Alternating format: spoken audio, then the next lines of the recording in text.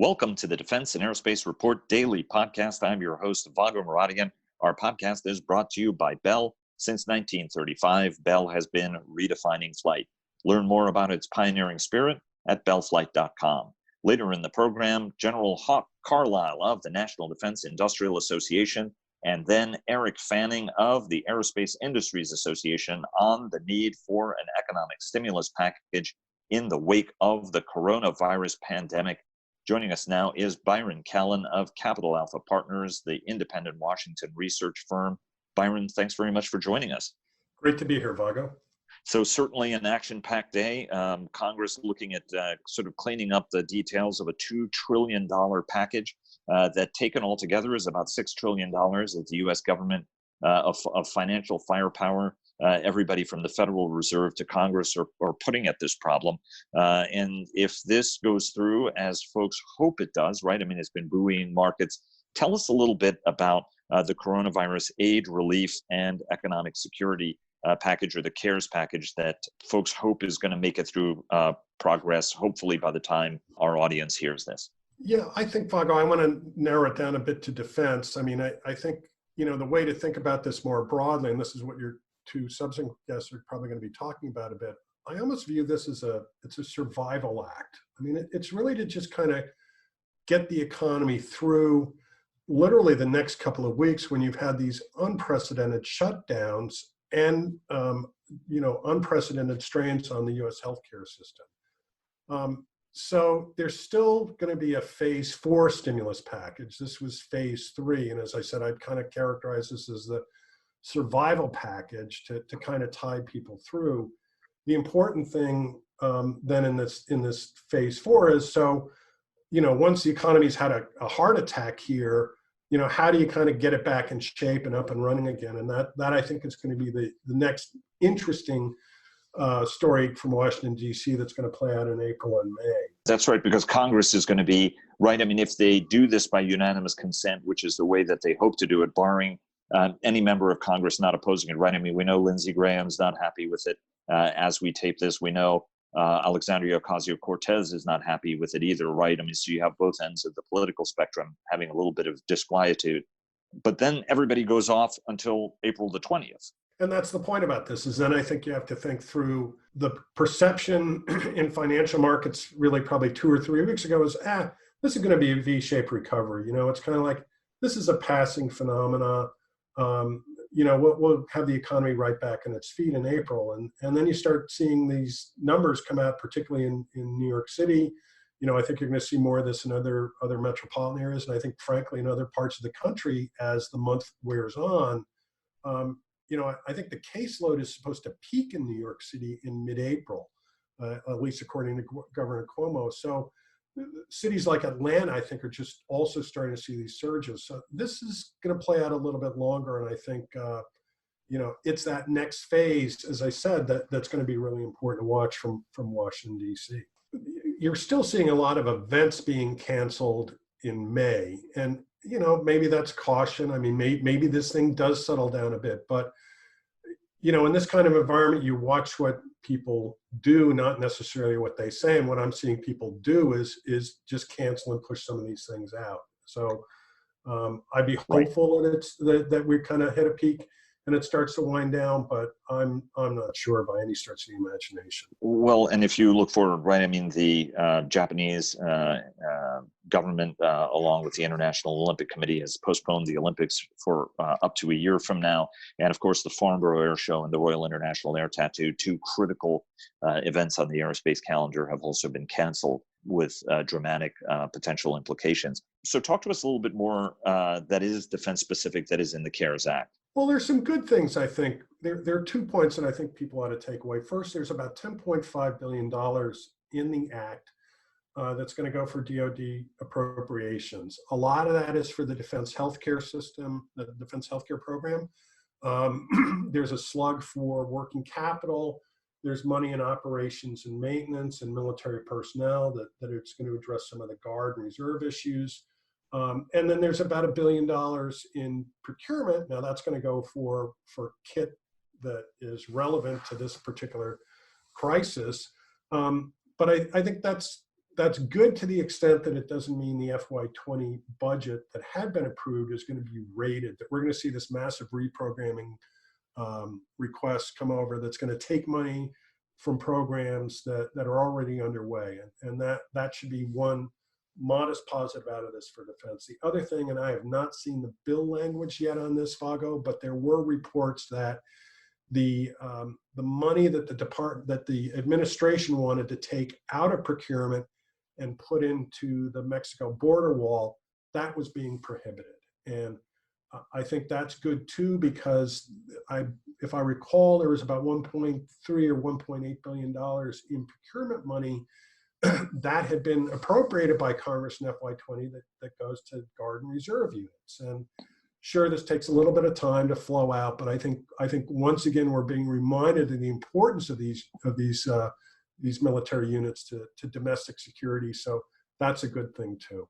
Market obviously on Tuesday had its best single day since 1933 in terms of the run up. Dow looks like, as we tape this, is closing 500 points up again on this package. Boeing, there's a portion of this CARES Act that is reserved for not just the airline industry, but as well as for Boeing. And that stock has seen a little bit of a rebound. What does this package mean for what was the world's largest aerospace concern? Yeah, I was going to say a little bit of a rebound. I think it's been up 50% in the last 2 days. So it's really, I'm in awe about how quickly Boeing has moved here. But I think it really does say where markets. Well, I mean, in fairness, right? I mean, the stock has been hammered for a while. Right? Yeah. I mean, has had. But the mindset, I think, what would trigger as violent a move as we saw in this. I mean, there was clearly some sentiment out there that Boeing could go bankrupt in this crisis. So if, there is $17 billion that's going to kind of tide them through on this, that's a good thing. I think there was also some news about restart on 737 MAX production. So that may be something else that's helping the company here. And I'd point out, that some of the smaller contractors that bridge both defense and aerospace have had pretty good moves here today. One that I keep an eye on is Triumph Group. They're up, kind of almost the same percentage as Boeing today. Spirit, they're primarily commercial aerospace, but they do work on the CH-53K. They're up about the same percentage as Boeing. So, and this is something, again, I just want to emphasize, as much as we think about defense as the big iconic primes, there are parts of the industrial base that are linked to commercial aerospace. And when you see this relief coming for commercial aerospace, that should be good news more broadly for the defense industrial base. And where are we on liquidity, right? I mean, capital is pretty cheap. I mean, there are concerns about folks who may not have been able to access some of this capital. Clearly, that's a little bit of the rationale for doing this. But from your perspective, where are we on liquidity? Well, look, the large public defense contractors have been in pretty good shape. I can't speak to the smaller private suppliers. I think that's really going to be an interesting issue, particularly from NDIA's standpoint, because that's, I think, where you're going to see the extreme stresses show up in supply chain. There have been some big debt offerings recently. Northrop Grumman announced one that they completed last week, and then this week General Dynamics filed a debt offering. I don't think those are being done under duress. Both companies had some pretty hefty maturities of existing debt on their balance sheet due in 2020 and 2021. Northrop Grumman goes out a little bit further to 2022. So I think they're really just taking advantage of a market here where rates have come off, and they're able to kind of refinance in this kind of environment. But I don't look at this as any kind of signal of duress in these companies. Maybe certainly nothing compared to the kind of duress you're seeing in the energy sector or the airline sector. Well, I mean, right. I mean, this is the cheapest money we've seen in a long time. So why wouldn't people, take advantage of it? So we've seen day-to-day ups and downs, right? I mean, it's always a challenge to look at the market when it's doing that. And then folks have it be like, it was up for 2 days. Okay, well, it's net down for a while. But how to think about this from a longer perspective? Well, I think the first point, the idea that the market, you have a great up day, and then you have to go back to 1933 for a comparison. if you look at some of the most volatile days in markets, they frankly occurred during the Depression in the 1930s. So I don't think that's necessary. That's not an all clear signal. I still think it's going to be volatile here. And it's hard to separate how much of this is just quantitative or algorithmic trading. Maybe there's a sense of the bottom here, but it's going to bounce around in this kind of environment. And I think kind of a broader theme, it's just think about where we're going to be in 2021 or 2022. And that might be a better kind of point on the horizon to steer by rather than the rocks that are immediately just off your port or starboard bow. Spoken like a true sailor. I love that analogy. And really, I mean, it's worth watching, because while it is good news that Boeing is getting that capital, and then the companies that are its suppliers would benefit from that draft, one of the other challenges fundamentally is that even if 737 MAX does get cleared sometime soon, the question is whether after a year delay, some of those guys might decide to exercise options to cancel their orders and go and pick up Airbus airplanes that actually will get freed up in the delivery schedule as Airbus orders are canceled as well, right? I mean, so we're not really looking at the impact, right? Yeah, and there could be a delayed impact on this on Boeing, is what I'm saying. Absolutely, and I think there are going to be changes that we're all going to have to kind of pick and sort our way through. The 9/11 had a pretty profound impact on the structure of the U.S. airline industry. It's questionable, I think, still how many airlines, particularly in Europe, end up in bankruptcy and maybe state ownership. They'll be nationalized. I think Alitalia was nationalized in this recent couple of days. So, how does social distancing impact, the density that airlines are going to, are they going to still pack people in the back part of the airplane like sardines, or are we going to see some changes in how people actually fly and view flying? So there's a lot still to walk through here, and we're all going to have to start thinking about what the ramifications are of this pandemic for all sorts of aspects, both in military and business. And last thing before we go, right? I mean, if you consider this, major department stores that you and I grew up with. I mean, I grew up in New York City, so I remember not just Bloomingdale's and Macy's, but Gimbel's and B. Altman and a whole bunch of stores that no longer exist. And it's going to be interesting to see what happens after this, because people aren't really, those kind of brick and mortar large facilities were, already going through a transition. And the question will be what that's going to look like going forward. Byron, thanks very much for joining us. Looking forward to having you on the Thursday roundtable as well. Thank you. Thanks, and stay well, Vago. You too. And now a word from our sponsor. The Defense and Aerospace Report is brought to you by the Bell V-280 Valor, bringing the mission technology of the future to the battlefield of today. Visit bellflight.com for more.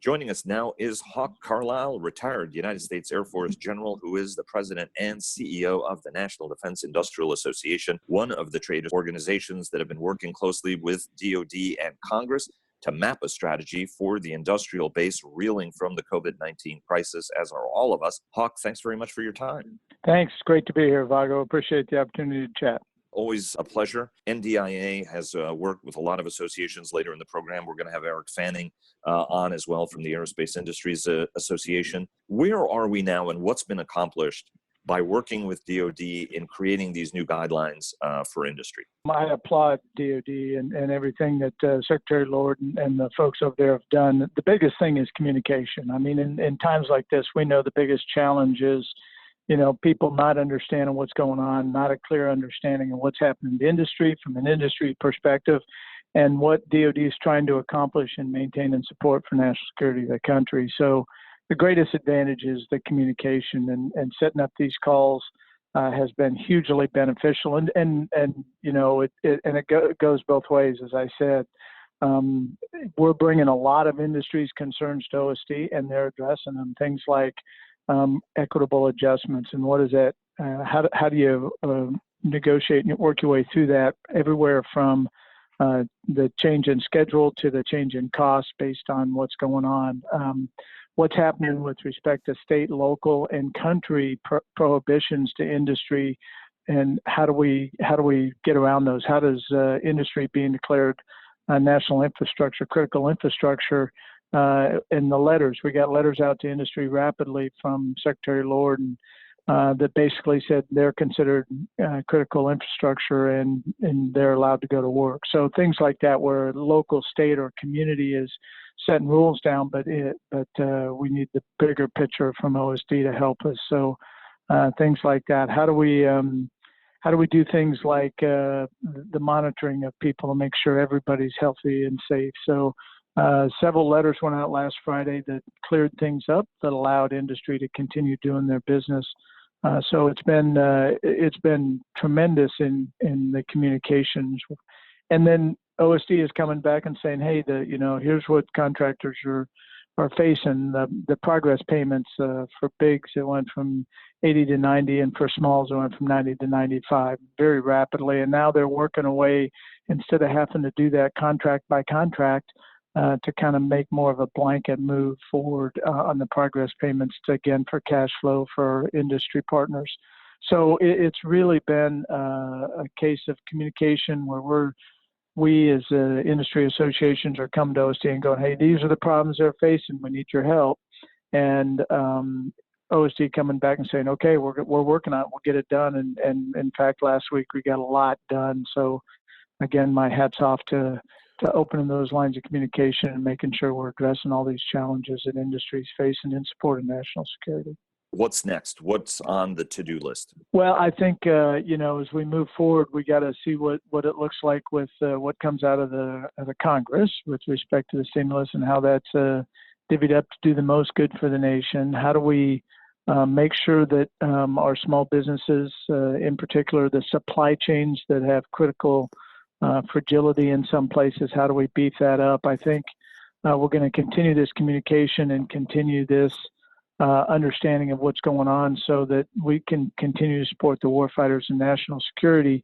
And then I think the whole time we're going to be looking at this to make sure that we're ready and we do fix those supply chain fragilities. We do look at things in the future that allow us in cases of national emergency like this to be able to respond. So I think it's continuing what we're doing. It's continuing to look at what does it take to support the businesses, and then what does it look like when whatever point that is, however far down the line it is, we get back up, and how quickly can we get the defense industry back up to full capacity and full capability as we move forward. So I think those are the things we're looking at. One of the important elements of the Critical Infrastructure Declaration is that it does clear away some of that red tape. On the other hand, there are some in industry, government, and analysts, as well as Frank Kendall, former Pentagon acquisition chief, who've been critical about that and saying that the designation is problematic. And friends of mine in the defense industry, as well as folks in government, as well as analysts, have said that, look, one of the problems with this is that government contractors or defense industry folks are forced to travel to meetings where their government and military officials don't show up to the same meeting. So effectively, you're exposing folks to potential disease for what appears to be something driven more by concern about failing to attend a planned meeting, as opposed to anything real that'll come of it. How much fine-tuning of this do we have to do not to risk the lives of those people on whom we depend, because the companies are afraid of getting dinged in the process? Yeah, so I think that's more of the communication part that we're working with OSD. There's probably anecdotal cases of that. I will tell you that from my membership, I have not heard a lot of that.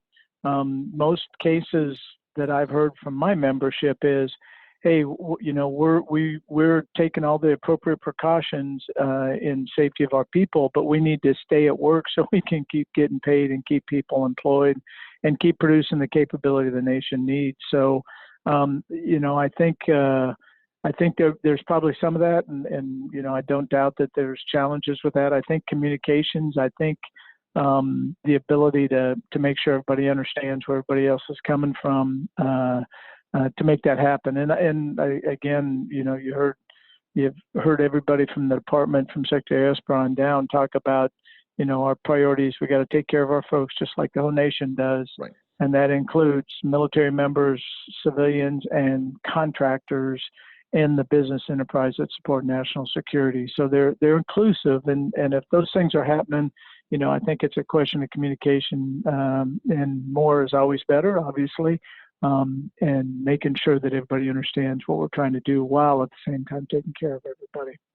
We've got 30 seconds left. The president was complimented for invoking the Defense Production Act, but he's also been criticized for a lack of clarity regarding how and where it should be implemented. Your membership is critical in this. How should the Defense Production Act be used right now to try to address some of the nation's needs, whether it's for ventilators, masks, or anything else? Well, I think, the PPE is one thing, ventilators the other. Those are the two that come to light. I think maybe in some of the production of, if and when we find something that can treat coronavirus or the vaccine, which is obviously farther down the line. I think that there's capability and it has to be used very precisely. I think it needs to be used to generate a rapid response to the demands for, certainly in the cases of hospitals, is probably the biggest factor that we're seeing right now. So, I'm not an expert on Defense Production Act, but I can tell you that I think there's industries ready to help, and many of them are volunteering. As we've heard from everybody, it does seem a little bit less than cogent and maybe not totally thought through. So I think we need to put more organization to it and be very specific and very precise in what we're asking industry to do, and then, actually use the act to do it more orderly and more quickly as we move forward. Before you go, General Carlisle, I'd like to ask one question. You were former commander of Pacific Air Forces as well as the Air Combat Command. And so your entire professional focus was either deterring conflict or actually fighting wars. What are the lessons we need to draw from this sort of national emergency that could better position us for the great power competition we're in, or better prepare us for the conflict that we hope to avoid, but the best way to avoid that is to better prepare? So I think our potential great power competition, our adversary out there, is obviously China, and their goals haven't changed. They want to replace us. They want to take over as a leading economic power in the world. They want to take over as a leading military power in the world. They want to rewrite the rules suited for them. So that hasn't changed. So I think what we have learned from this is it's a whole of government, it's a whole of nation approach when we look at great power competition. Our country and our ability to react to things like this is one of the things that makes us the great country that we are. So I think what we've learned is that the Chinese, in the last 2 decades, while we were, dealing with things in the Middle East, which we had to do, they took advantage of us in that time. They took advantage of the world in that time, and drove, industries out of the marketplace by undercutting them, the mill-sieve fusion, by everything, predatory lending practices, what they've done to nations around them with respect to that. So I think this will highlight yet again that we as a nation have to look hard at our supply chain, look hard at how we fight as a whole of nation and counter our potential adversaries out there across all spectrums: diplomatic, informational, military, and economic.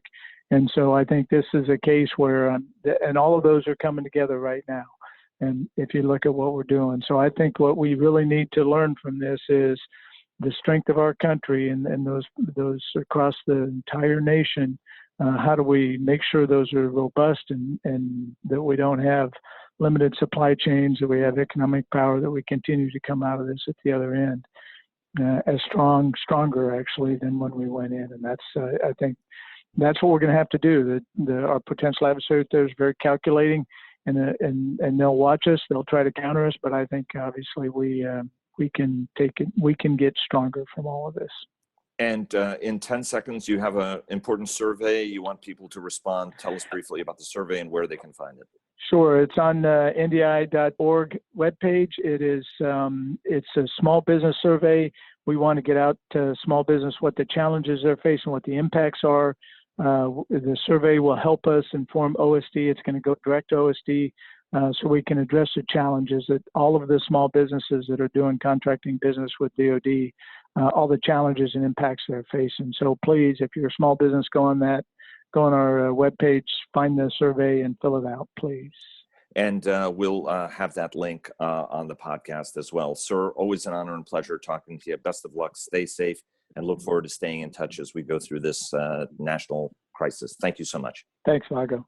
And joining us now is Eric Fanning, the president and CEO of the Aerospace Industries Association. Eric, thank you for joining us and making time, given how busy you are. Thanks for having me.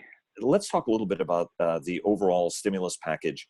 Why is this measure so important, right? I mean, even Boeing CEO Dave Calhoun has mentioned that, you know, the package would be really, really important, but the company has other options. There are some members who are, you know, sort of still sitting on the fence, even though, you know, we have seen progress on that. Why is this measure ultimately so critical?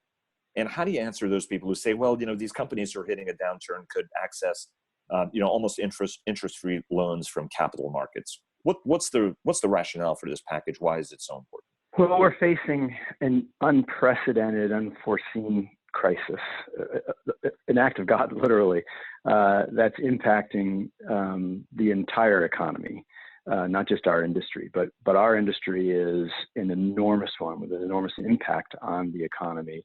2.5 million jobs, 17,000 companies throughout the supply chain, all of whom are facing that capital market drying up. They're telling me they do not have access to that capital.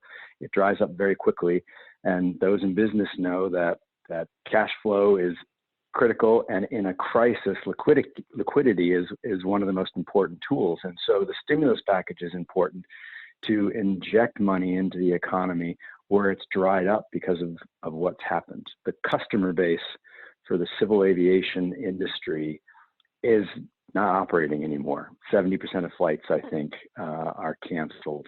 They're talking about grounding even more of their fleet. And that's the market base for this supply chain of 17,000 companies that needs to keep whole to weather through this crisis. And so the stimulus package has a number of different parts in it. It's not an either or proposition. One is keep money flowing through the big companies that put it into the supply chain. 70 cents of every dollar that Boeing has, for example, goes right into the supply chain. The best way to keep the supply chain whole is to keep it working. But it's enormous and it's complicated, and there are going to be companies that need other types of assistance, and that's why you have the small business components to it. And then, of course, it's an enormous workforce. 2.5 million people who come first, the most important part of that supply chain. And we need to make sure they're taken care of and their economic security is first and foremost. And so I think you want to approach this problem from multiple directions simultaneously because of scale. You know, I know you're by comportment, but also can't discuss any particular member, but obviously Boeing is the biggest member. It alone is the consumer of products across the board, whether for commercial aerospace or for defense. And obviously a key element in this stimulus package is to make sure that a company that's been impacted, not just by the 737 MAX, but the downturn in orders is sort of made whole. And we have even major contractors like General Electric announce job cuts, and smaller companies announce job eliminations. How do we need to think about this over the long term? What are the next stages we need to be thinking about in this crisis, given that it's unlikely to sort of clear up immediately and have that sort of V-shaped recovery that people were hoping a couple of weeks ago, right? How do we need to think about this? That's why there's a sense of urgency for this stimulus. You have to look at the civil aviation manufacturing world as a big interconnected ecosystem. These companies are competitors, but they're partners, they're supplying each other. And when something happens to one part of it, it impacts the entire organism. And as I said earlier, workforce is the crown jewel of that industrial base. These highly trained, highly educated workers that these companies are always struggling to attract and to retain. And they don't want to let them go. They've managed to keep them employed through everything that's led up to this crisis, again, of an unprecedented scale. And they want to protect that workforce as much as they can. And they have tools at their disposal. But we got where we are, American competitiveness, because of a great historical partnership between government, industry, academia. And that flexes differently in different times. And this is one of those times where the role of the government is paramount in coming in and helping get through this crisis. So what the companies are looking for, what the industry is looking for, is that help in getting to the other end of this crisis.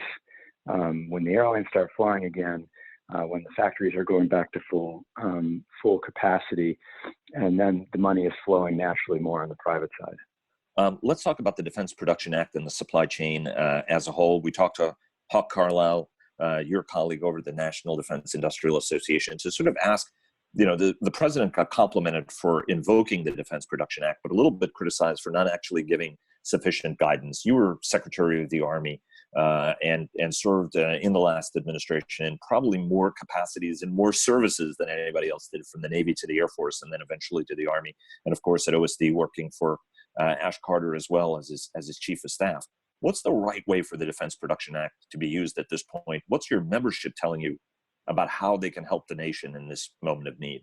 Well, the Defense Production Act is actually a much more comprehensive and complicated set of authorities than I think most people realize. And it's not easy to invoke it all at once, because some of it's never been done before and requires a lot of data. To ask a company to increase production of something is one thing. To suggest to a company, stop making what you're making now and make something new, could be very complicated. And the White House has been actively looking into this, and a lot of companies are doing things proactively on their own in terms of trying to figure out how they might shift production in order to contribute to the needs in this country.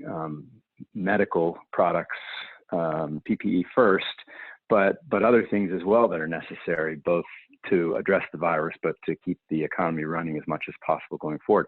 One of the first important aspects of this was the ability to declare the defense industry essential. And there are actually a number of ways that we have done that. And it's not to force keeping factories open, because there will be disruptions to schedule as companies respond to the virus, to state and local governments, to make sure that first and foremost they're protecting the health of their workers, the health of their communities. But declaring the defense industry essential recognizes, A, that it has a particularly important customer because we are still at war, but B, ensures that industry is more involved with the state and local governments in making these decisions, so that industry can mitigate and plan to try and smooth that out a little bit more. Because what was happening at the beginning of last week was basically a series of rolling shutdowns that were happening before we knew they were even being considered in real time. And that makes it very hard for the big companies and the small ones too to plan and again, smooth out the impact of that. So that is an important first part of that act, was to sort of bring industry in a more engaged way and figure out how we can weather this while protecting the workforce, but also pivot where we can in order to address the most immediate needs of the country. Let me take you to supply chains going forward. Obviously, you had to contend with the trade war between the United States and China. That's sort of been sidelined, but the expectation is that tensions will run even higher going into the future for a variety of reasons, in part because of the rhetoric between Washington and Beijing. You've always been a proponent, and your organization has been, of free trade but fair trade. How do we need to think about supply chains going into the future, given how important Chinese manufacturing is at the end of the day, and it has been an important market, while at the same time sort of balancing the national security interests that are involved here? How do you and your membership think this is going to go as we come out of this crisis and look forward? Well, national security has to come first, and the conversation about fair trade is one we should have been having more actively earlier. Some of this administration has looked at intently, and they're right to do so. There are a number of practices from a competitive standpoint that needed to change, but as you pointed out, even more importantly for national security, needed to change. So we've got to give that the weight that it deserves. But we've done well with free trade as a country. In aggregate, and an ecosystem, a global ecosystem developed as a result of that. It is hard the supply chain is integrated globally, and it's hard to unwind that without a great deal of planning in a stable environment. And it's not just a trade war, as you put it, with China. There are trade and tariff issues all over the world. And this administration has been resolving some of those, which is good because industry does well in a stable, more predictable environment, but it's had to contend with all of those happening at the same time, and its impact both on a global market and a global supply chain. Since this really hit last Monday, when the enormity of it, I think, hit us, so we were sort of leaning into it up until then, of course, we've been kind of focused in three areas. The first, I would say, is what can industry do to contribute? What can our industry, aerospace and defense, do to contribute to this crisis? Those conversations taking place. Companies have already but been stepping up and doing things and adjusting things because of this crisis. Second is what tools are available in government that we can use right away. That's the Defense Production Act, declaring the defense industry essential, working with DoD and other agencies too for clear contract guidance to make sure that the companies aren't penalized because their schedule is impacted for having done the right thing by protecting their workforce and maybe closing facilities. And then third, of course, is the stimulus.